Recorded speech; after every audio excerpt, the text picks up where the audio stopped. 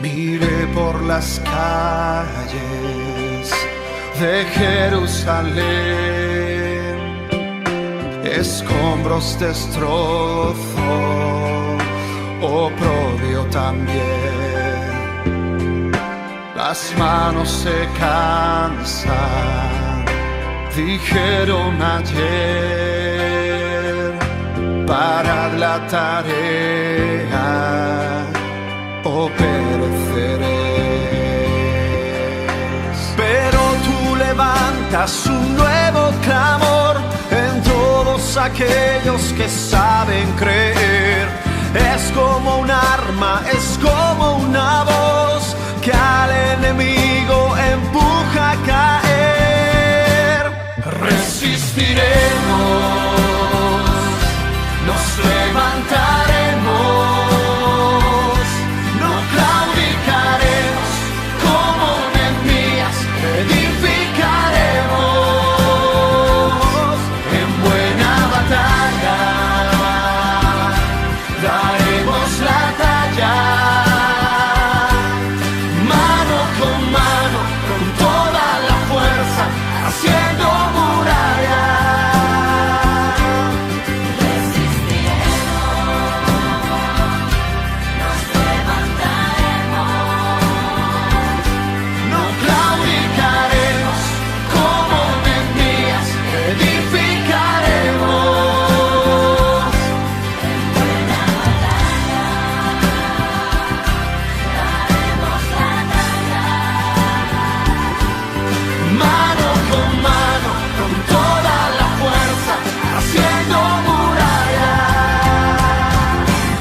Es nuestro tiempo, una generación capaces de unirse por el reino de Dios. Cuando el enemigo se quiera burlar y nos merodee cual fiero león, hicemos bandera con esta canción. Resistiremos, nos levantaremos, no claudicaremos, como Nehemías edificaremos. En buena batalla daremos la talla.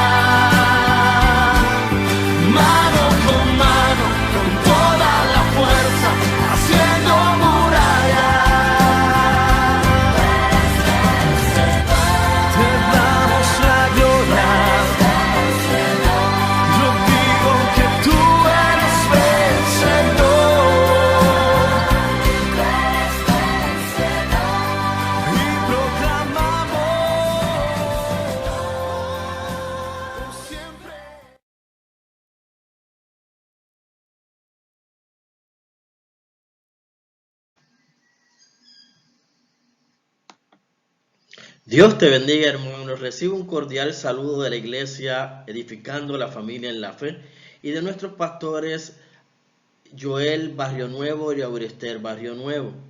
En este día estaremos estudiando nuestra cuarta clase de discipulado, Levantemos y Reedifiquemos, donde nos encontramos estudiando la restauración de las puertas de Jerusalén en el libro de Nehemías.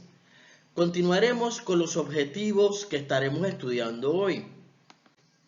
En esta noche estaremos estudiando la tipología bíblica de la restauración de la puerta del pescado, los restauradores de la puerta del pescado, la restauración de los 5 ministerios, los dones del Espíritu Santo y su relación con la puerta del pescado y la paternidad espiritual. Como habíamos estado hablando en la pasada clase, el texto de Nehemías que estamos estudiando es Nehemías capítulo 3, y habíamos hablado que la primera puerta en reedificarse en los tiempos de Nehemías fue la puerta de las ovejas.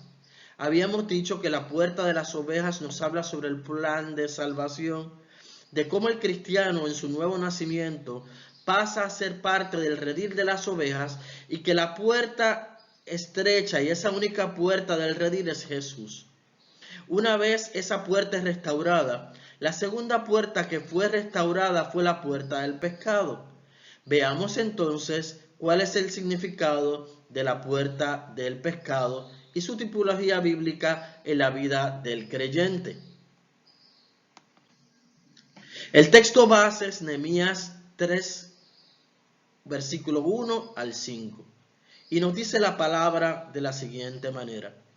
Entonces se levantó el sumo sacerdote Eliasib con sus hermanos los sacerdotes y edificaron la puerta de las ovejas. Ellos arreglaron y levantaron sus puertas hasta la torre de Amea y edificaron hasta la torre de Hananael. Junto a ellos edificaron los varones de Jericó y luego edificó Zacur, hijo de Imri. Y el versículo 3 nos dice, los hijos de Sena edificaron la puerta del pescado. Ellos la enmaderaron y levantaron sus puertas con sus cerraduras y cerrojos.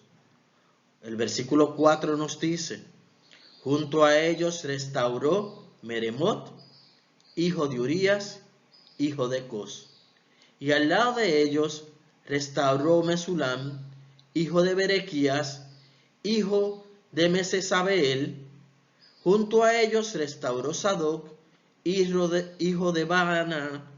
Y el versículo 5 nos dice, e inmediato a ellos restauraron los tecoitas, pero sus grandes no prestaron ayuda a la obra de su Señor. En esta hora vamos a orar y vamos a pedir al Espíritu Santo que nos dé entendimiento y que se nos revele a través de la palabra y que nos muestre el significado y lo que Él quiere hablarnos en este tiempo. Espíritu Santo, en esta hora te presentamos la palabra que ha de ser presentada. Es tu palabra, Señor. Eres tú exponiendo la palabra. Espíritu Santo, tú conoces la necesidad de cada uno de mis hermanos, Señor. Que esta palabra venga a ser vida en cada uno de nosotros, Señor. Despierta nuestros espíritus, Señor. Y abre nuestros oídos espirituales y nuestros ojos espirituales para que podamos recibir cuál es tu mensaje en esta noche. Que se pueda cumplir, Señor, el propósito que tú tienes para cada uno de nosotros, Padre, a través de esta palabra. En el nombre de Jesús, declaramos, Padre amado, que esta palabra es sembrada en buena tierra, Señor. Y ha de florecer, Señor, conforme para lo cual tú la enviaste, Padre. En el nombre poderoso de Jesús. Amén y amén. La puerta del pescado, en hebreo, quiere decir Sha'ar HaHadim. La puerta es la puerta que seguía a la de las ovejas y era la segunda puerta que fue restaurada en los tiempos de Nehemías y se encontraba al lado este de la ciudad. Recibía así su nombre porque allí era por donde los pescadores de Galilea entraban para vender los frutos de la pesca. Era necesaria porque a través de ella llegaba el alimento para el pueblo. Y esto nos da un mensaje a la iglesia.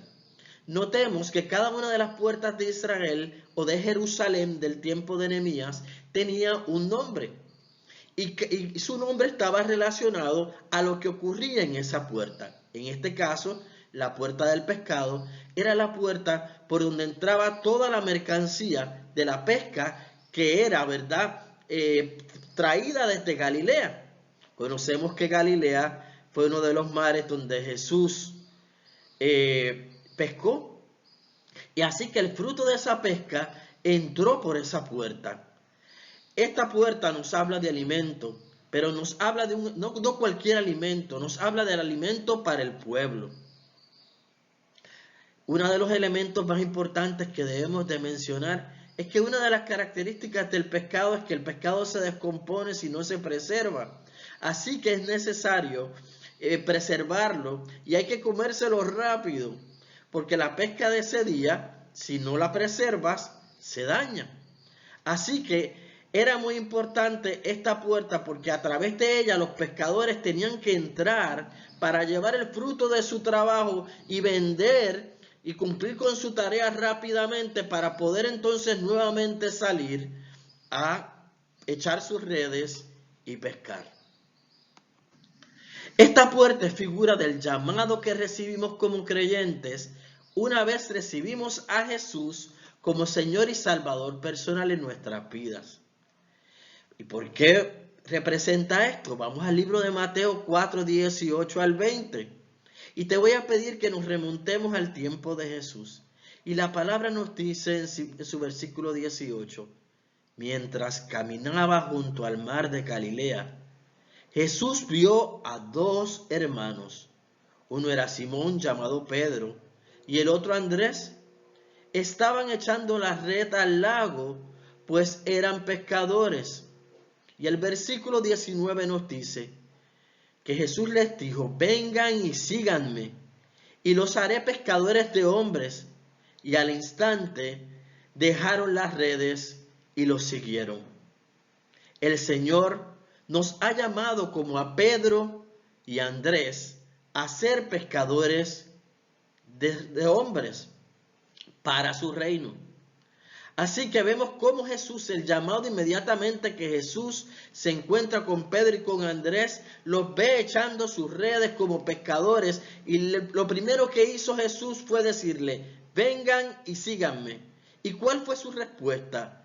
La respuesta de estos hombres al llamado de Jesús fue soltar sus redes y decirle, Señor, te vamos a seguir. En esta hora, el Señor te invita a que tomes tus redes y te dice el Señor en esta hora, sé pescador de hombres. Dios te está dando un llamado específico, iglesia, a que seas pescador de hombres para el reino de los cielos. ¿Estás dispuesto tú a acudir a su llamado? Pedro y Andrés, dice la palabra, que acudieron de inmediato. Este llamado es para hombres y mujeres valientes que sepan afinar su oído espiritual y quieran acudir de inmediato al llamado del Señor. Notemos que cuando nosotros recibimos al Señor como Jesús y Salvador personal, primeramente hubo un hombre o una mujer que fue un pescador que nos predicó la palabra. Luego procedimos nosotros a ser tocados por el poder del Espíritu Santo, darnos convicción de pecado y nacer en Cristo. Y luego nos convertimos en pescadores de hombres. El mismo proceso que Jesús utilizó con sus discípulos es el mismo proceso que ha ocurrido en nuestras vidas. Por eso, ese llamado inició con un pescador. Dios está buscando un pescador que tire sus redes y le predique la palabra a las personas, para que otras personas puedan nacer de nuevo y se puedan convertir también en pescadores de hombres. ¿Cuál es el ministerio principal de todo creyente? Segunda de Corintios 5, 17 al 21 nos dice, de modo que si alguno está en Cristo, nueva criatura es. Las cosas viejas pasaron, he aquí todas son hechas nuevas. Y todo esto proviene de Dios, quien nos reconcilió consigo mismo por Cristo y nos dio el ministerio de la reconciliación, que quiere decir que Dios estaba en Cristo reconciliando consigo al mundo, no tomándoles en cuenta a los hombres sus pecados, nos encargó a nosotros la palabra de la reconciliación. Y el versículo 20 nos dice, así que somos embajadores en el nombre de Cristo. Como si Dios rogase por medio de nosotros, os rogamos en nombre de Cristo, reconciliaos con Dios, y al que no conoció pecado, por nosotros lo hizo pecado, para que nosotros fuésemos hechos justicia de Dios en él. Así que la palabra nos dice que el principal ministerio que tiene todo creyente es el ministerio de la reconciliación. Y el versículo 19 nos explica que es aquello que el Señor conoce o determina como la reconciliación. Y es que Dios estaba en Cristo reconciliándose consigo al mundo.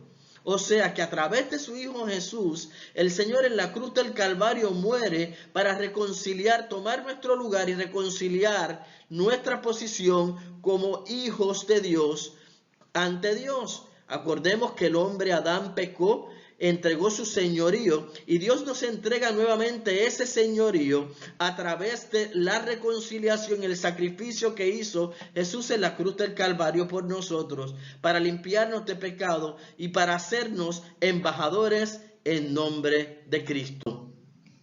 Mateo 28, 16 al 20 nos dice: pero los 11 discípulos se fueron a Galilea, el monte donde Jesús les había ordenado. Y cuando le vieron, le adoraron, pero algunos dudaban. Y Jesús se acercó y les habló diciendo: toda potestad me está en el cielo y en la tierra. Por tanto, id y haced discípulos a todas las naciones, bautizándolos en el nombre del Padre, del Hijo y del Espíritu Santo, y enseñándoles que guarden todas las cosas que os he mandado. He aquí yo estoy con vosotros todos los días hasta el fin del mundo.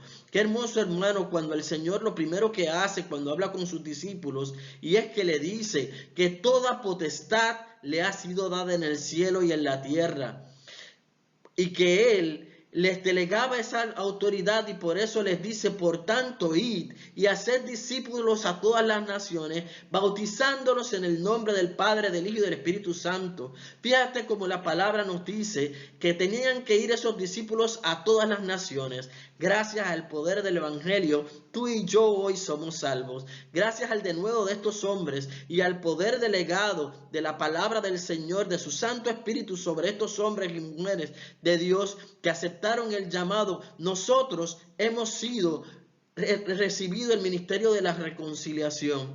Pero también nos dice en su palabra que Él estaría con nosotros todos los días hasta el fin del mundo, para apoyarnos en ese ministerio. Tú no estás solo. Dios está contigo en esta encomienda. Y para capacitarnos, el Señor en Marcos 16, 17 al 20 nos dice: y estas señales seguirán a los que creen. En mi nombre echarán fuera demonios, hablarán nuevas lenguas, quitarán serpientes, y si bebieren cosa mortífera no les dañará.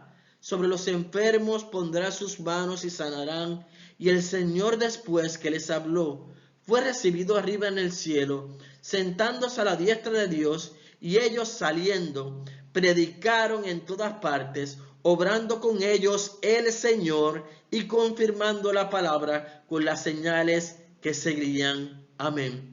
Lo que el Señor nos está diciendo en esta escritura es que Él, cuando tú te dispones a predicar la palabra, cuando la iglesia se dispone a predicar la palabra y tomar su lugar como pescador de hombres, Dios confirma su palabra. Dios obra con poder y confirma su palabra con señales y milagros, porque es su palabra la que está siendo soltada. Y Dios no tira su palabra al suelo. Su palabra, cuando es predicada y es regada, esa semilla va a dar producto o producción al 100, al 30. Va a producir, porque su palabra no retorna atrás vacía. Esta puerta espiritualmente simboliza el servicio a Dios, la extensión del reino de Dios, dar nuestro testimonio y hablar de lo que Cristo ha hecho en nosotros para evangelizar a otros. En nuestro corazón también debe restaurarse esta puerta. En el libro de Mateo 4:19 nos dice el Señor: y les dijo: venid en pos de mí y os haré pescadores de hombres. Cuando Jesús hablaba de hacernos pescadores de hombres, quiso decir que nos usaría para llevar a otros a los pies de Cristo, ya que no solamente se trata de alcanzar nuestra salvación, sino también que muchos otros puedan llegar al conocimiento de Dios a través de nuestra palabra, de nuestro testimonio y de nuestra fe. Es decir, Jesús nos hace un llamado a no quedarnos cómodos dentro de una iglesia, sino a salir y predicar de los muros de la iglesia, salir a predicar a otros, a evangelizar a otros. Quizás ese ha sido el error de muchas iglesias, que se han mantenido los cristianos en una posición de comodidad, sin salir a predicar el evangelio, sin cumplir la gran comisión que Dios les ha dado. Así que una iglesia que no sale a predicar el evangelio es una iglesia que no está ejerciendo el ministerio que Dios le ha dado al creyente, el principal ministerio que Dios le ha dado al creyente, porque Dios lo que nos dio fue un ministerio de pescadores. El pescador sale al mar a tirar sus redes, no espera, no se queda en la orilla, no se queda en su casa esperando a que los peces vengan a él, sino que tiene que salir a pescar peces. La misión. Hay 3 preceptos en esta misión.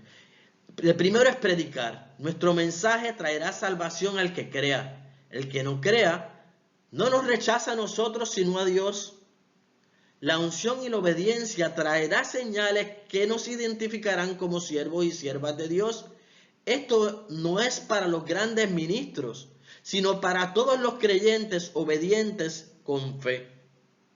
La palabra también nos habla de que el segundo precepto es reconciliar al mundo con Dios. O sea, predicamos, ¿qué es lo que vamos a predicar? La reconciliación. ¿Y cuál va a ser el resultado de esto? Que va a ser el segundo precepto: restaurar a los extraviados, a los hijos perdidos. Noten que no solamente en el mar van a haber diferentes tipos de peces, van a haber diferentes tipos de pesca. Unos van a tener que ser pescados con caña, unos van a tener que ser pescados con redes, otros van a tener que ser pescados con buques, otros con barcas, otros con arpón, porque en el mar hay diferentes tipos de peces, hay diferentes tipos de estrategias. El Espíritu Santo te va a dar distintas estrategias para pescar, porque la estrategia que el Espíritu Santo te da para realizar una pesca para un hombre o para una persona no siempre va a ser la misma estrategia que Dios te va a dar para pescar a otra persona. El Espíritu Santo te va a dirigir. Y una de las cosas es que el mensaje no solamente va a estar dirigido hacia personas no creyentes, sino también a personas que deben reconciliarse, que han estado en la iglesia y que han sido heridos y han sido lastimados y que hoy en día andan en el mundo. Y esos son también peces que nosotros tenemos que ir a pescar. Tipología bíblica de los restauradores de la puerta del pescado. Esto es muy importante, hermano, porque nos va a hablar de las características de estos pescadores, de estos restauradores. Tú eres uno de ellos. Nos dice la palabra que los primeros en reedificar fueron los hijos de Sena. Ellos enmaderaron y levantaron sus puertas con sus cerraduras y cerrojos. Sena en hebreo es Hasaná, y Sená significa espinoso. Y es que siempre la predicación del evangelio va a levantar oposición. Los Sena son hombres y mujeres que no los puede arrancar cualquiera de sus raíces. Cuando tú tienes una planta de rosas, ¿verdad? Esa planta de rosas produce unas semillas, pero hay unas flores hermosas. Y para arrancar una rosa resulta difícil. Pues así somos nosotros. Somos personas bien cimentadas en nuestra fe, que vamos a producir y que vamos a hacer flores y vamos a hacer plantas bien sembradas en la palabra y que en la tierra que Dios nos ha dado. Fíjate una cosa, cuando Dios habló a Moisés, Dios le habló a través de ¿qué? De una zarza. Y una zarza es espinosa. Pero sin embargo, en esa zarza, el fuego de Dios se manifestó, la voz de Dios se manifestó. Porque Dios está llamando a hombres y mujeres tipo Sena, que sean personas cimentadas, que reconozcan el poder de Dios y que aún también puedan crecer en medio del desierto y aún en medio de la sequedad sean capaces de poder proclamar la voz de Dios en este tiempo. También otro de los personajes que restauró fue Miremot. Y Miremot quiere decir alturas. Solos aquellos que están dispuestos a alcanzar las alturas de Dios a través de su comunión con Dios pueden restaurar esta puerta. Porque solo aquel que sabe lo que es ser perdonado va a poder entender y va a poder ministrar ese mensaje de reconciliación. Y para ello es necesario estar en comunión con Dios. Porque a través de la comunión en las alturas de Dios es que nosotros recibimos y podemos ver el rostro del Padre, podemos ver el rostro de Jesús. También estaban con ellos Mesulam. Mesulam quiere decir amigo o aliado. Nos habla del Espíritu Santo. Solo los amigos o aliados del Espíritu Santo pueden edificar esta puerta. Sadoc también fue uno de los que estuvo reedificando la puerta y quiere decir justo. Y esto nos habla de algo que habíamos hablado en la restauración de la primera puerta de las ovejas, porque solo uno que ha entrado por la puerta de las ovejas, que conoce al justo de los justos, al pastor de los pastores, puede reparar la puerta del pecado. Nos dice la palabra que el que no entra por la puerta y salta el vallado es un ladrón. Así que nosotros no queremos ser ladrones, nosotros queremos seguir el diseño de Dios. Primero entrar por la puerta del redil para luego recibir ese llamado y ser pescadores de hombres. Este es el diseño de Dios. La restauración de los 5 ministerios, los dones del Espíritu Santo y la puerta del pecado. Y tú dirás, ¿y qué relación tiene los 5 ministerios y los dones del Espíritu Santo con la puerta del pecado? Habíamos hablado del estanque de Betesda, no sé si recuerdas. Y en nuestra clase pasada habíamos dicho que ese estanque tenía 5 pórticos y que había un hombre allí paralítico que llevaba 38 años allí esperando al mover de las aguas y que esos pórticos representaban los 5 ministerios. ¿Por qué? Porque esos pórticos representan cada uno de los ministerios dados por Dios a la iglesia. ¿Y qué ocurrió? Jesús llegó y restauró esos ministerios en el momento en que Él procedió a decir a este hombre, levántate y anda, ejerció la autoridad que nos había delegado a nosotros como creyentes. Para nosotros poder ejercer nuestro ministerio y ser pescadores de hombres, el ministerio de reconciliación, Dios nos ha equipado con 5 ministerios y unos dones que van a ser los que nos van a poder permitir operar a través del fluir del Espíritu Santo para cumplir ese llamado. Porque la unción de cada ministerio y de cada don es lo que nos capacita para ejercer ese llamado. Conozcamos entonces lo que son los 5 ministerios, los dones del Espíritu Santo y la puerta del pecado, de nuestro llamado. La diferencia entre un ministerio y un don. Cuando hablamos de ministerio, viene la palabra ministerio en el griego de la palabra diaconía o servicio o ministración. Un ministro es una persona que sirve en un área de servicio, o sea, es una persona que sirve en lo que Dios le ha encomendado. Es un llamado que Dios le da a una persona. En Efesios 4:11 se mencionan los principales ministerios en la iglesia y vamos a discutirlos. Cuando hablamos de un don, el concepto don es la capacitación sobrenatural del Espíritu Santo para cumplir ese ministerio con excelencia. O sea que cuando hablamos de un ministerio, es el servicio o ministración, el área de servicio que Dios te ha encomendado dentro de la iglesia para que tú ejecutes dentro de la iglesia. Y un don es la capacitación que el propio Espíritu Santo te da. ¿Para qué? Para poder cumplir con excelencia ese ministerio. Un don es un regalo, son los talentos que Dios te da. Pero fíjense que en ambos casos, tanto en el ministerio como en los dones, que son los que nos capacitan para ejercer el ministerio, son dados por Dios, no son dados por el hombre. La palabra de Dios nos ha enseñado que los dones del Espíritu Santo están repartidos en 3 grupos de acuerdo a su naturaleza y objetivo. Vamos a ver que existen los dones de revelación. ¿Y cuáles son los dones de revelación? Estos son palabra de sabiduría, palabra de ciencia, y discernimiento de espíritus. Están los dones de poder. Estos son fe, milagros y sanidades. Y los dones de inspiración, estos son profecía, géneros de lenguas e interpretación de lenguas. Cuando hablamos de los dones de revelación, fíjate que nos dice la palabra que está la palabra de su sabiduría, la palabra de ciencia y el discernimiento de espíritu. ¿Por qué? Porque están relacionados a la revelación que el Espíritu Santo te da de algo.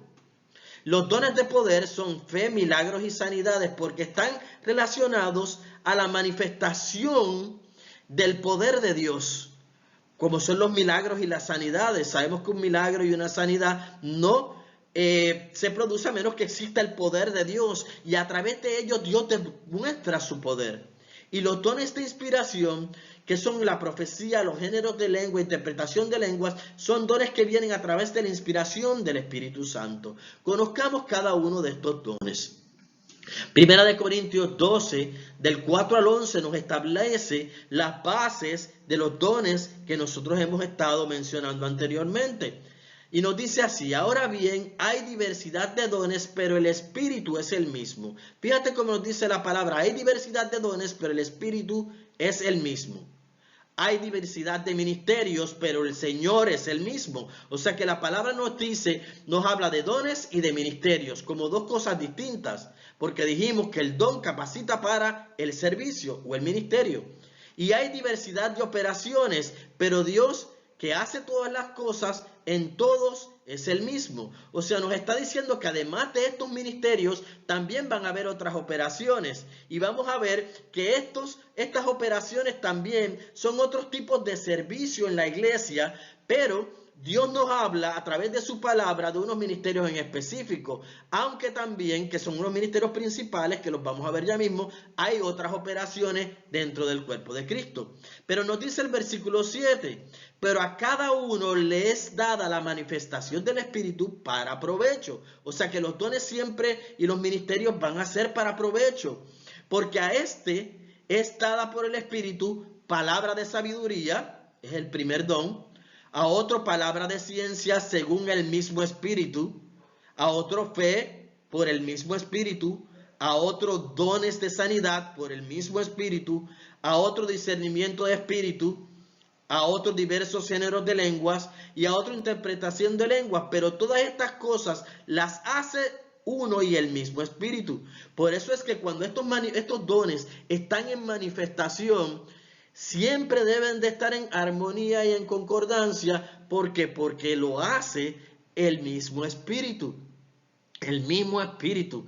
¿Cuál es el mismo Espíritu? El Espíritu Santo. Por eso esos dones no vienen a traer desorden, vienen a traer, a capacitar, a traer orden. Cuando se manifiestan a través en una iglesia, se van a manifestar en un perfecto orden, porque es el mismo Espíritu, y uno no va a contradecir al otro, porque es el mismo Espíritu hablando. Fíjate que nos dice la palabra: pero todas estas cosas las hace el mismo Espíritu, repartiendo a cada uno en particular como Él desea. Así que nosotros podemos tener más y fluir en distintos dones. Una persona puede tener más de un don conforme, ¿verdad?, al ministerio y conforme a la capacitación que Dios quiere darle a la palabra, al creyente, discúlpenme. O sea, porque la palabra también nos dice procurar los dones mejores. Nosotros podemos pedir al Espíritu Santo que nos capacite y nos dé esos dones. Los dones de revelación del Espíritu Santo, vamos a ver cuáles son. Palabra de sabiduría. Estos nos hablan de la revelación sobrenatural por el Espíritu Santo de propósitos divinos.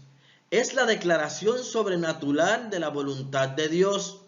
Este don revela los propósitos e instrucciones de Dios para los hombres, que vienen de su conocimiento del futuro. Cuando hablamos de palabra de sabiduría, nos está hablando de una revelación dada por Dios para el propósito del hombre, que nos va a hablar sobre instrucciones para algo futuro. Ejemplo de esto lo vamos a ver en Mateo 26, 34. Y Jesús les dijo: de cierto te digo, que esta noche, antes de que el gallo cante, me negarás 3 veces. Por este don el Señor Jesús le reveló a Pedro algo que iba a pasar en el futuro. ¿Y cuál iba a ser? ¿Qué iba a hacer? Lo iba a negar. Así que la palabra de sabiduría es una revelación sobrenatural por el Espíritu Santo de un propósito, de algo que va a ocurrir en el futuro. El don de palabra de sabiduría puede manifestarse a través de varias formas. Y estas no son las únicas, ¿verdad? Pero entre ellas se puede ser a la voz de Dios, Dios hablando a tu interior, mediante un sueño, una visión o a través de la profecía. La palabra de ciencia.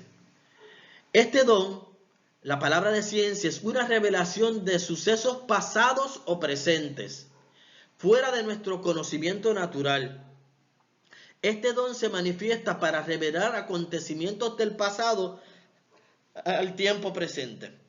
O sea, es una palabra donde Dios nos revela acontecimientos pasados o presentes. ¿Para qué? Para traerlos también al tiempo presente. La Biblia nos muestra un claro ejemplo de esto al encontrarnos, que lo vamos a encontrar en Juan 4, 16 y 18, cuando el Señor le dice a la samaritana que ha tenido 5 maridos y con él que vivía en ese momento no era de ella, le estaba hablando, ¿verdad?, de un acontecimiento pasado, que había tenido 5 maridos, pero también le ha hablado de un acontecimiento presente. ¿Para qué? Para transformar su vida, para darle testimonio de que quien le estaba hablando era el Cristo, que el Cristo conocía su vida y que quería transformarla. Eso es lo que hace la palabra de ciencia. La palabra de ciencia nos habla de sucesos pasados o presentes. ¿Para qué? Para traerlos a una manifestación sobre una verdad o sobre un hecho que el Espíritu Santo quiere traer para que la persona pueda conocer lo que Dios quiere hacer en su vida en el tiempo presente. El discernimiento de espíritus.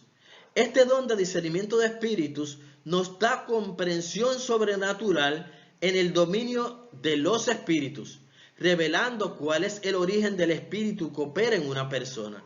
Este don opera enteramente de una manera sobrenatural y las cosas que revela son del mundo espiritual real que nos rodea. O sea, cuando hablamos del discernimiento de espíritu, hablamos de esa capacidad o de ese discernimiento que el Espíritu Santo nos da para que nosotros podamos ver más allá cuáles son los espíritus que están operando. Recuérdense que nosotros, ¿verdad?, no somos de este mundo.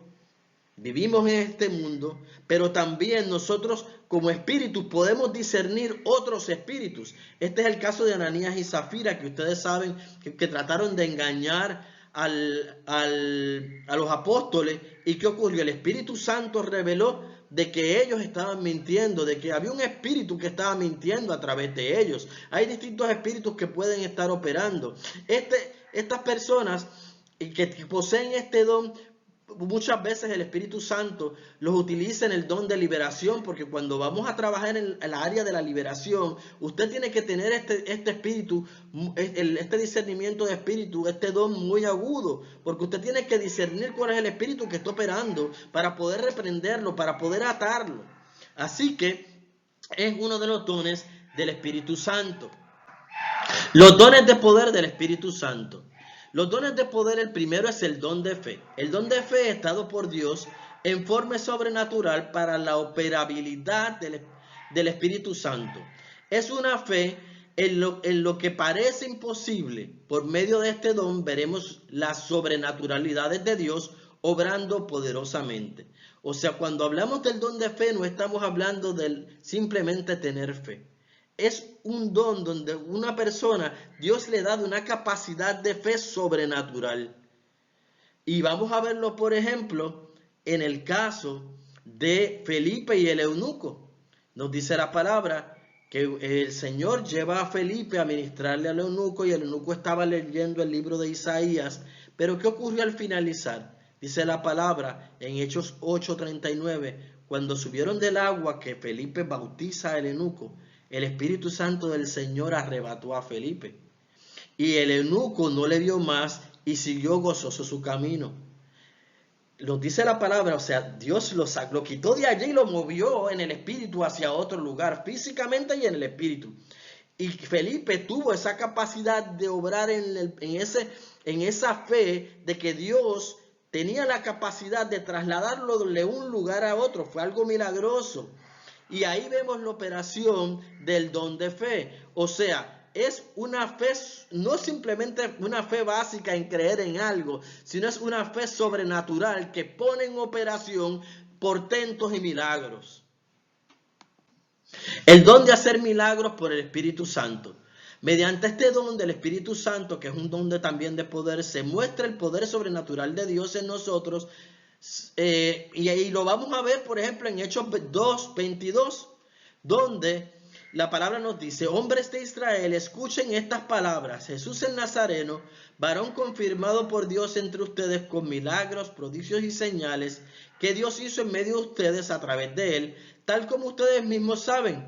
O sea, la palabra nos dice que Jesús operó en estos dones, y uno de los dones que operó el Señor Jesús fue a través de los dones de milagros por el poder del Espíritu Santo, a través de haciendo maravillas, prodigios y señales, los cuales, ¿qué es lo que presentan? Traen una certificación de parte de Dios que ese hombre y esa mujer está operando a través del don dado por el Espíritu Santo, del llamado dado por el Espíritu Santo. En Mateo 14:25 nos dice la palabra: la cuarta vigilia de la noche, o sea, a las 3 o 6 a.m., Jesús vino a ellos andando sobre el mar. Ahí vemos entonces cómo el don de hacer milagros estaba manifestándose. También cuando Dios, a través de Jesús, hace la conversión del agua en vino en las bodas de Canaán. ¿Por qué? Porque se rompieron las leyes establecidas por la naturaleza. Y eso es lo que hace el don de milagros. Los dones de sanidad por el Espíritu Santo. Este don del Espíritu Santo se hace con el propósito claro y específico de traer sanidad corporal, y lo vemos repetidamente a través de los 4 evangelios. A diferencia del don de hacer milagros, el don de hacer milagros es uno que rompe las reglas naturales o las reglas de la naturaleza. Y los dones de sanidad son portentos de sanidad física corporal, o sea, traer sanidad a otras personas. Los dones de inspiración. El primero es la profecía, y profetizar básicamente significa hablar por otro, dar un mensaje. Cuando estudiamos el don de profecía, debe distinguirse bien claramente la diferencia entre el don propiamente dicho y el ministerio del profeta, que las escrituras aparecen bien diferenciados y con sus funciones y escenarios propios. No debe de confundirse la predicación con la profecía. La predicación proclama, expone la palabra. La profecía dice lo que Dios está diciendo.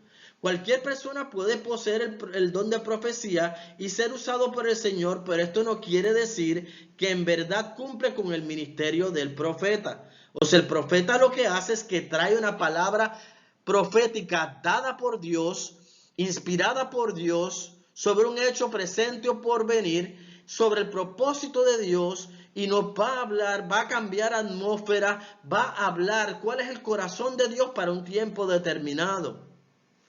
El don de diversos géneros de lenguas por el Espíritu Santo.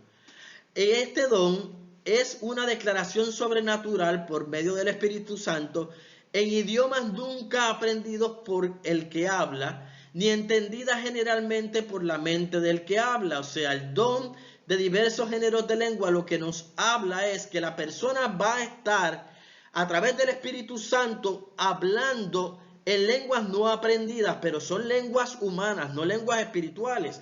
Esto lo vemos, por ejemplo, en el caso de cuando el Espíritu Santo fue derramado en el libro de los Hechos, donde los apóstoles comenzaron, dice la palabra, a proclamar las maravillas de Dios a través de distintas lenguas, de distintos idiomas. Porque Dios utiliza al Espíritu Santo a través de este don, puede, sin que tú conozcas ese idioma, comenzar a hablar un idioma para ministrar a otros. Acuérdense que todos estos dones son para ministrar al cuerpo de Cristo. Vemos entonces también el don de interpretación de lenguas, que no debemos de confundirlo con el don de hablar diversos géneros de lengua. El don de interpretación de lenguas es cuando uno puede interpretar las lenguas que otra persona está hablando a través del discernimiento del Espíritu para traer un mensaje específico. La persona no va a estar mirando o escuchando simplemente lo que la otra persona está diciendo, sino que va a interpretar mediante el don que Dios le ha dado el significado de las lenguas que se están expresando. Vamos a hablar ahora sobre los 5 ministerios. Los 5 ministerios, Efesios 4:11 al 16, nos dice: y él mismo constituyó a unos apóstoles, a otros profetas, a otros evangelistas, a otros pastores y maestros, a fin de perfeccionar a los santos para la obra del ministerio, para la edificación del cuerpo de Cristo, hasta que todos lleguemos a la unidad de la fe y del conocimiento del Hijo de Dios, a un varón perfecto a la medida de la estatura de la plenitud de Cristo, para que ya no seamos niños fluctuantes llevados por donde quiera de todo viento de doctrina por estratagema de hombres que para engañar emplean con astucia las artimañas del error, sino que siguiendo la verdad en amor crezcamos en todo en aquel que es la cabeza, esto es Cristo, de quien todo el cuerpo bien concertado y unido entre sí por todas las coyunturas que se ayudan mutuamente según la actividad propia de cada miembro, recibe su crecimiento para ir edificándose en amor. Fíjense cómo la palabra nos dice que él mismo constituyó apóstoles, maestros, profetas, evangelistas y pastores. En estos días hay una polémica, ¿verdad? Si realmente sigue en vigencia el ministerio del apóstol, el ministerio del evangelista, el ministerio del profeta, debido al mal uso que muchas personas han dado a estos ministerios. Pero quiero que sepas que la misma palabra de Dios nos dice que cada uno de esos ministerios siguen vigentes, porque la palabra nos dice que estos ministerios fueron establecidos por el Espíritu Santo, por Dios, que nos constituyó hasta que lleguemos a la estatura del varón perfecto. La pregunta que te hago, la iglesia, ¿ha llegado a la estatura del varón perfecto? Esa es la medida para saber si están operando nuestros ministerios. La pregunta es no. Por lo tanto, hasta que no sea perfeccionada en la iglesia bajo la estatura del varón perfecto en Cristo Jesús, estos ministerios están en operación. Porque una vez ya lleguemos a tener la estatura del varón perfecto en Cristo Jesús, vamos a ser arrebatados y no van a ser necesarios estos ministerios. Fíjate que la palabra nos dice que estos 5 ministerios tienen 3 propósitos, al menos 3. Primero, perfeccionar a los santos para la obra del ministerio. La otra es la edificación del cuerpo de Cristo. Y que se ayuden mutuamente según la actividad propia de cada miembro, porque cada ministerio va a tener una tarea específica, va a operar para un propósito específico. Es como los miembros del cuerpo. Los ojos tienen un propósito, la boca tiene un propósito, las manos tienen un propósito, ¿verdad? Y cada miembro no interfiere en la acción del otro. Así que cada miembro y cada ministerio va a tener un propósito particular en la obra y en el diseño que Dios nos ha dado. Estos ministerios vienen del Señor Jesucristo y solo Él los puede dar según su voluntad. Por eso la palabra nos dice en Efesios 4:11 al 13 que Él mismo constituyó. O sea, no son ministerios que nosotros podemos buscar. Nosotros somos llamados por Dios y ese llamado es un llamado específico. No son ministerios que el mismo hombre se impone o se autoproclama, son ministerios dados por Dios. ¿Y cómo vamos a saberlo? A través de las señales, porque cada ministerio se va a manifestar a través de unas señales. ¿Cómo vamos a saber cuál es el ministerio que tenemos? A través de las señales que se van a manifestar. Por ejemplo, los apóstoles. La palabra apóstol se traduce del griego apóstolos, que significa uno que es enviado y mensajero. Y de apostelo, que quiere decir enviar para un servicio o una comisión. Este vocablo describe la relación que existe entre el ministro y Cristo, que si fuera necesario no le importa morir para cumplir con su llamamiento. O sea, el ministerio del apóstol es aquel que es enviado y es un mensajero. Pero a diferencia del ministerio del evangelista, como vamos a ver, el apóstol lo que hace es enviar, prepara a otros para ser enviados. Por eso es que nuestro principal apóstol, como dijeron los apóstoles, valga la redundancia, es Jesucristo. Jesucristo nos envió, nos envía. Envió, preparó discípulos, apóstoles para enviar, para que otros edifiquen. El primer ministerio que se menciona en la Biblia fueron los 12 apóstoles. En el apóstol normalmente operan los 5 ministerios. Por tanto, debe hablar la palabra de Dios para exhortar, animar, alentar y además sanar, libertar, enseñar la palabra de Dios, la verdad escrita con revelación por medio del Espíritu Santo, ganar almas para Cristo, ser un misionero, llevar las buenas nuevas a todo lugar. Tiene una gran tarea que demanda responsabilidad. Funciones apostólicas.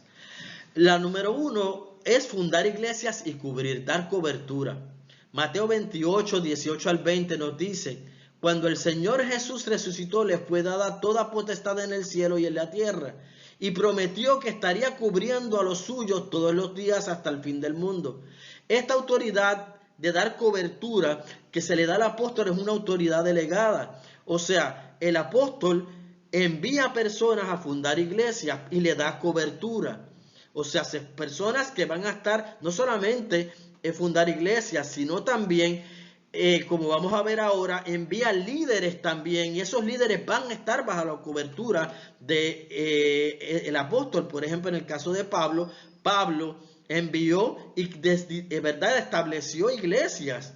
Un ejemplo de esto lo vamos a ver ahorita en Timoteo, que Dios, verdad, capacitó a Timoteo bajo ¿qué? Bajo la enseñanza de Pablo, y Pablo le dio una cobertura espiritual y lo envió a levantar iglesias, pero bajo una cobertura. Otra de las funciones del apóstol es desarrollar un liderazgo. O sea, el apóstol desarrolla líderes. También establece la doctrina, establece la sana doctrina como fundamento para crecer hasta ser un templo santo en el Señor. El apóstol ve los diseños en el reino de Dios. O sea, el apóstol le es revelado los diseños del reino. ¿Para qué? Para que otros puedan impartir esos diseños, crear redes y poder enviar a otros ¿a qué? A desarrollar esos diseños del reino. Es como, si lo vemos desde la perspectiva del ejército, los apóstoles serían como los generales del ejército. ¿Por qué? Porque los generales envían personas, comandan compañías de ejército. Y los generales también trabajan con los diseños.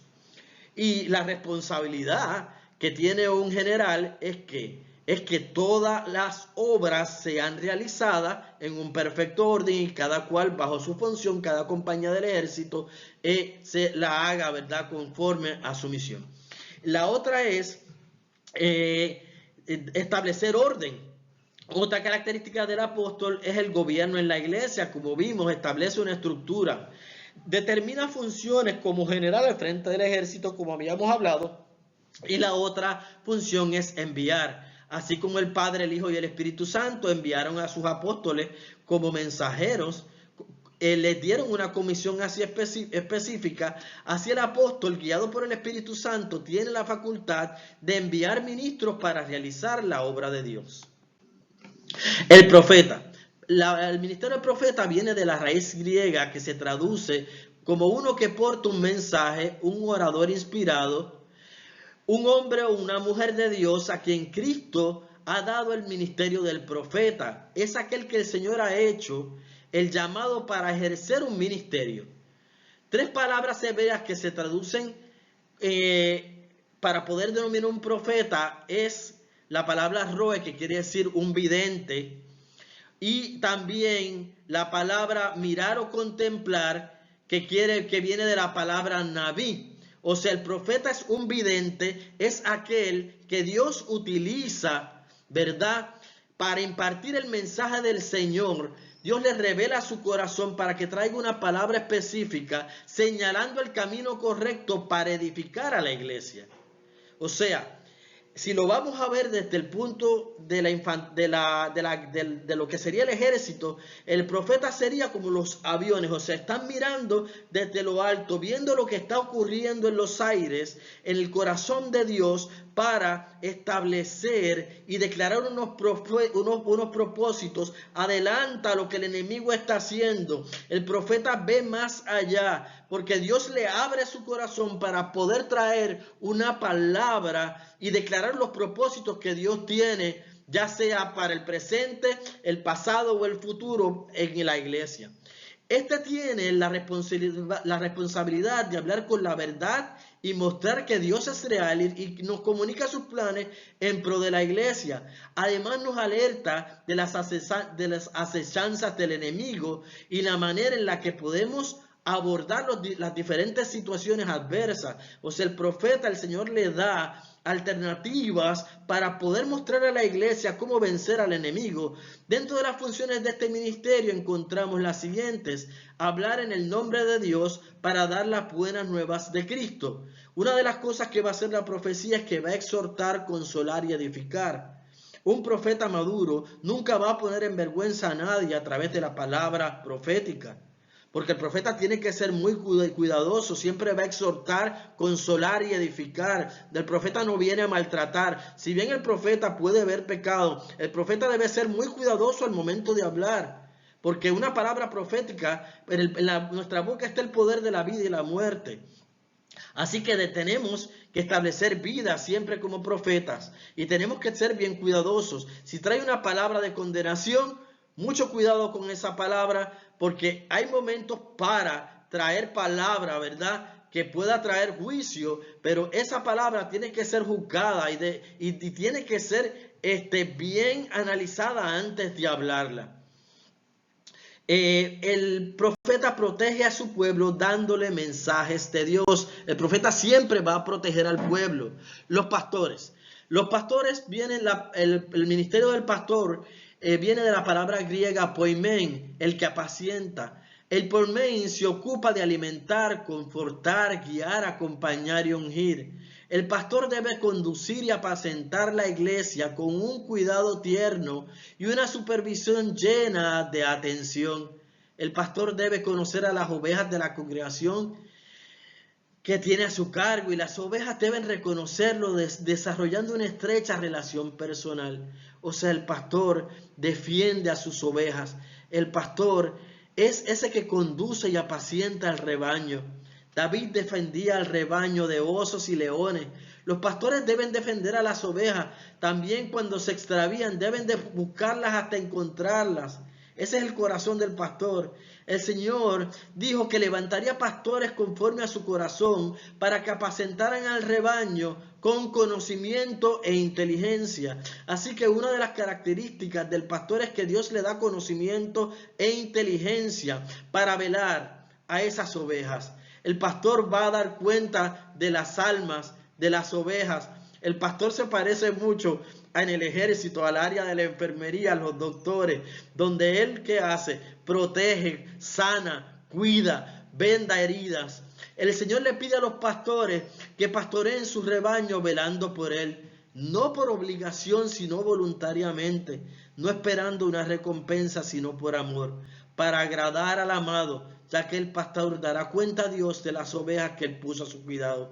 Doy gracias a Dios por mis pastores, porque aunque yo sé que ellos verdad funcionan en los distintos ministerios, realmente Dios también les ha dado un corazón pastoral. Gracias a ellos yo fui restaurado y ciertamente puedo dar testimonio de ese corazón pastoral que ellos tienen, de apacentar y conducir, de esa humildad que ellos tienen para amarnos, para cuidarnos, para protegernos, para estar al pendiente de nosotros. El apóstol y el pastor son ministerios de administración y gobierno. Los demás ministerios están sujetos a ellos. Recuerden esto siempre. No puede haber un evangelista, un profeta, un maestro solitario. Siempre deben de estar bajo la administración y el gobierno de un apóstol y un pastor. El evangelista o el pastor, el evangelista o el profeta o el maestro que ande solo, ya esto es una señal de que no está bajo el gobierno de Dios. Los demás del ministerio siempre van a estar sujetos a ellos, al apóstol y al maestro, al apóstol y al pastor. Los maestros son una persona apta para atraer entendimiento y revelación al pueblo. Capacita discípulos, es el encargado de hacer discípulos para Cristo por medio de la enseñanza de la palabra de Dios y la sana doctrina.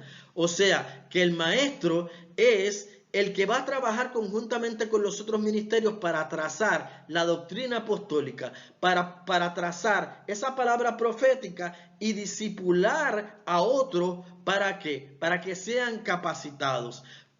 Lo que hace el maestro es enseñar al creyente y al discípulo para evitar que el creyente se extravíe. O sea, va a trazar la palabra. El término trazar bien se traduce de la palabra griega ortotomeo, que denota el trazar recto, el que corta recto, como si se cortara recto una tela, porque el maestro lo que hace es que utiliza todos esos planos y todos esos diseños que establece y que Dios le da al apóstol a través de la palabra, y los va a abrir y va a verlos a la luz de la palabra. Va a llevar al redil, a la iglesia, a un entendimiento claro a la luz de la palabra de lo que serían los mensajes traídos a través de ¿qué? Del apóstol, del maestro, del pastor, del evangelista y del profeta. El peligro de una mala enseñanza es que el oyente se extravíe. Muchos pueden irse arrastrados por otras doctrinas no basadas en la palabra. Así que eso es lo que va a hacer el maestro. Va a velar que otros no se extravíen. ¿Para qué? Para evitar que hayan discípulos que se extravíen por no seguir una sana doctrina. Y que a veces nos da comezón de oír y aprendemos cosas que no son, pues el maestro va a buscar la sana doctrina y va a llevar la palabra para que el discípulo, le va a abrir las escrituras al discípulo para enseñarles a discernir la doctrina y evitar que ellos se extravíen. El evangelista. Los evangelistas tienen varias funciones. Primero, anunciar las buenas nuevas. La función primordial del evangelista es predicar el evangelio en el poder del Espíritu Santo. Y en ello Dios hace prodigios y señales que confirman la palabra que predica. O sea, una de las cosas que tiene el evangelista es que Dios lo va a dotar por su naturaleza dentro de su ministerio de los dones de poder. ¿Por qué? Porque a través del ministerio del evangelista está la gracia y el poder del Espíritu Santo para hacer redarguir a otros y sensibilizar los corazones y convencer de pecado, justicia y juicio, para que el hombre se reconcilie con Dios. Por eso es que usted va a ver que el evangelista puede manifestar los dones de sanidad, los dones de liberación, porque Dios manifiesta los dones de poder en el evangelista para sanar dolencia, libertar espiritualmente y físicamente. Vemos que ellos van a recorrer los lugares, las naciones predicando por el amor que tienen hacia las almas perdidas. El ministerio del evangelista se caracteriza por rescatar las almas. O sea, cuando vemos el ministerio del evangelista es como los escuadrones que van, la artillería armada, porque son los que se lanzan primeramente al frente de batalla, al frente de guerra, para arrebatar de las manos al enemigo. ¿Y qué es lo que hace luego el pastor, el maestro, el apóstol? Pues lo que hacen es que equipan y capacitan a aquellos soldados, ¿verdad?, que han sido arrebatados del enemigo para que puedan ser discipulados y enviados. Si comparamos los ministerios con los 5 sentidos del cuerpo de Cristo, vamos a ver lo siguiente. Los apóstoles es el sentido de la vista, porque los apóstoles son los ojos encargados de la dirección. Te lleva dirigido por la sana doctrina. El profeta es el sentido del oído, los oídos. ¿Por qué? Porque escucha la voz de Dios y dirige a la iglesia hacia el discernimiento.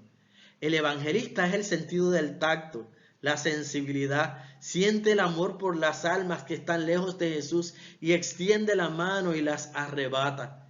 El pastor es el sentido del olfato, porque guía a las ovejas a los pastos verdes y frescos y al agua pura, proporciona alimento fresco. El maestro es el sentido del gusto, porque te hace comer la buena palabra y te entrega el sabor, y puede diferenciar entre lo sazonado y lo insípido. 5 estrategias utilizadas por Jesús al restaurar la puerta del pescado. Fíjense que Jesús primero ganó a los discípulos. Como los ganó, los llamó.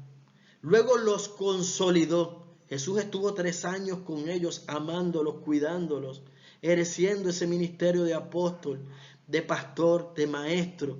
Para luego que los consolidó, para que ellos pudieran, la palabra consolidar quiere decir es hacer algo firme.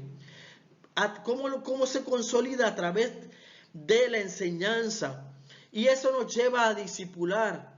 ¿Por qué? Porque una vez una persona está consolidada, comienza a través de ese proceso de discípulo a discipular a otros, se convierte en un líder para luego enviar a otros. Ese fue el proceso y las estrategias que Jesús utilizó en medio de la evangelización. Él primero ganó, consolidó y discipuló y envió.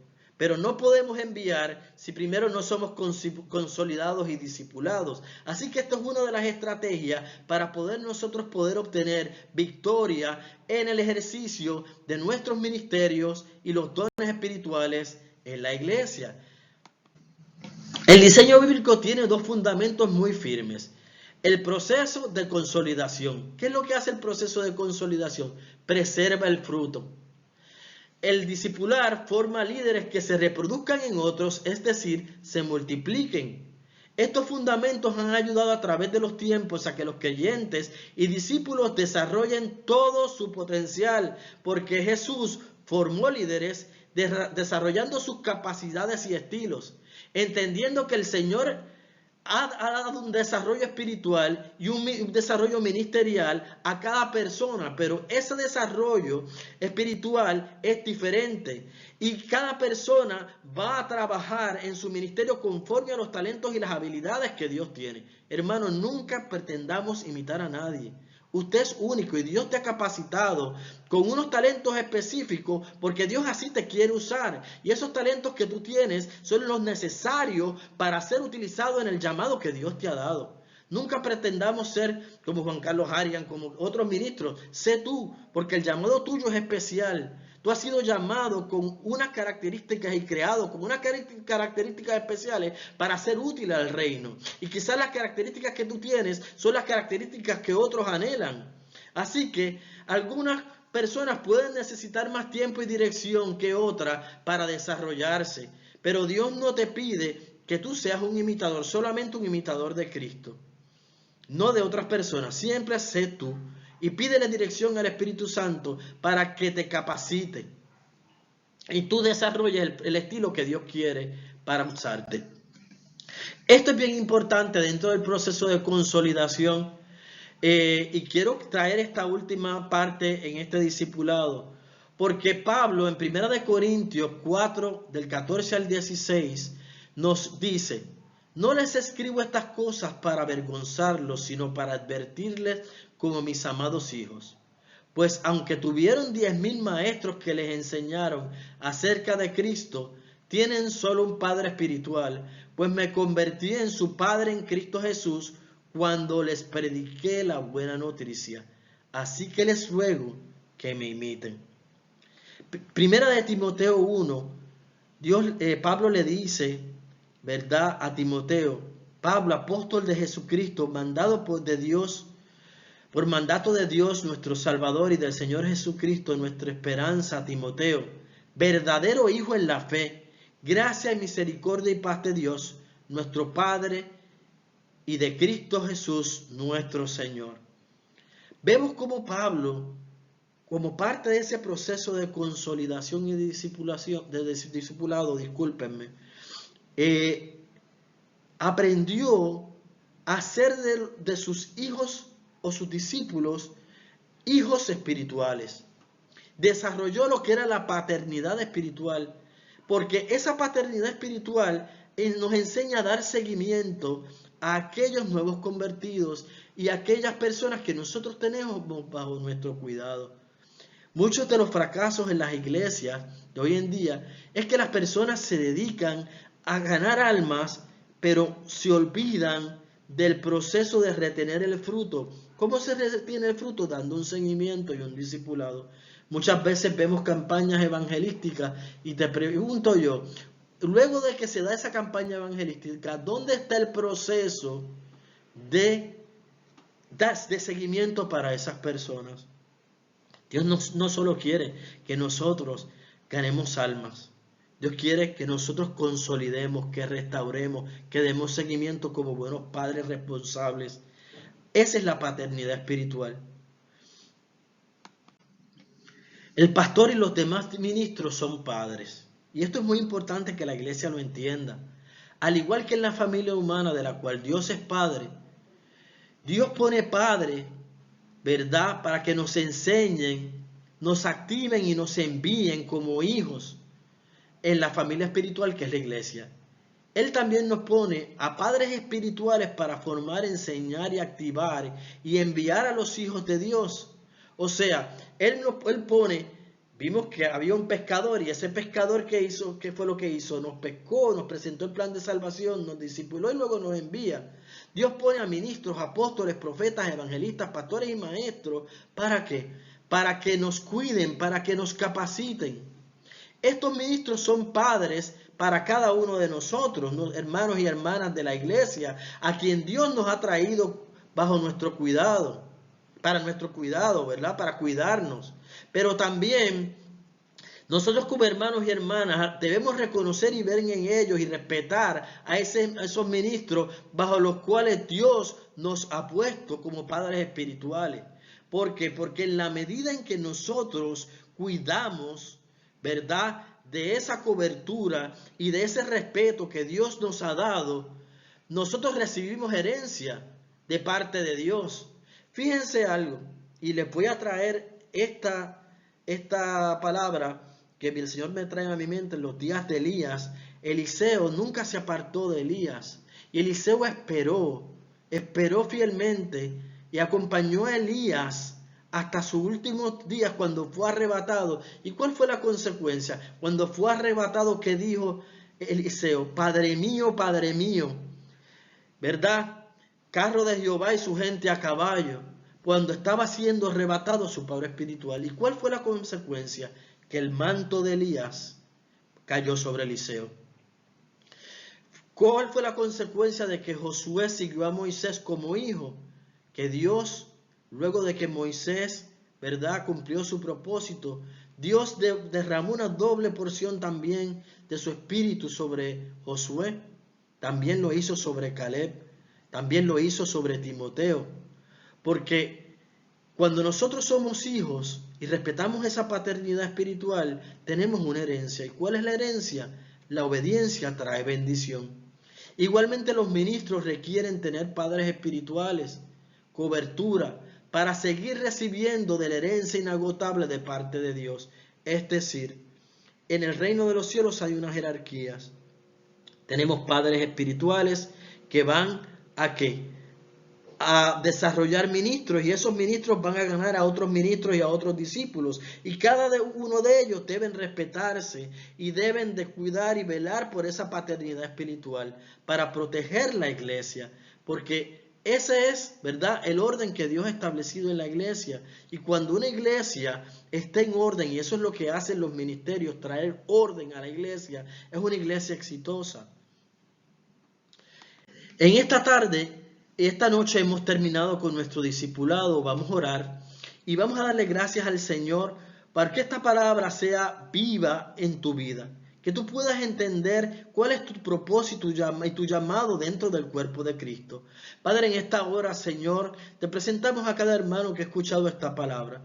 Te pedimos en el nombre de Jesús, Señor, que esta palabra que ha sido ministrada, Padre, pueda servir, Padre amado, de un desarrollo espiritual para cada uno de nosotros y desarrolle el líder que tú quieres que cada uno de nosotros seamos. Que podamos entender nuestra posición en la iglesia, Señor, y qué es lo que tú nos has llamado a hacer. Que podamos aceptar, Padre amado, con denuedo ese ministerio de la reconciliación. Y en esta hora, Señor, declaramos una impartición de los dones del Espíritu Santo y declaramos que tú nos capacitas a cada uno, Señor, conforme al llamado que tú nos has dado, Señor. Espíritu Santo, te decimos, henos aquí. Utilízanos, Señor, para esa gran comisión y para estos tiempos proféticos que tú nos estás llevando a la iglesia a salir, a evangelizar, a predicar, Señor. A entender que la iglesia no se puede quedar en cuatro paredes, sino que su misión es alcanzar a otros fuera de las paredes de la iglesia. Padre, te damos gracias en el nombre de Jesús. En esta hora también te vamos a estar hablando cuáles son los próximos temas que vamos a estar tocando en el discipulado. En nuestra próxima clase vamos a estar estudiando la puerta vieja y su significado a la luz de las escrituras y sus edificadores, y la puerta del valle y su tipología bíblica y espiritual y sus edificadores. Si no tienes una iglesia donde congregarte, te invitamos a que seas parte de nuestra iglesia. En nuestra iglesia tenemos unos amados pastores que nos aman y que nos cuidan. Y es una iglesia de una palabra sólida, una palabra donde Dios está levantando hombres y mujeres de poder para que glorifiquen y establezcan el reino de Dios en los cielos, en la tierra y en los cielos. Dios te bendiga. Amén.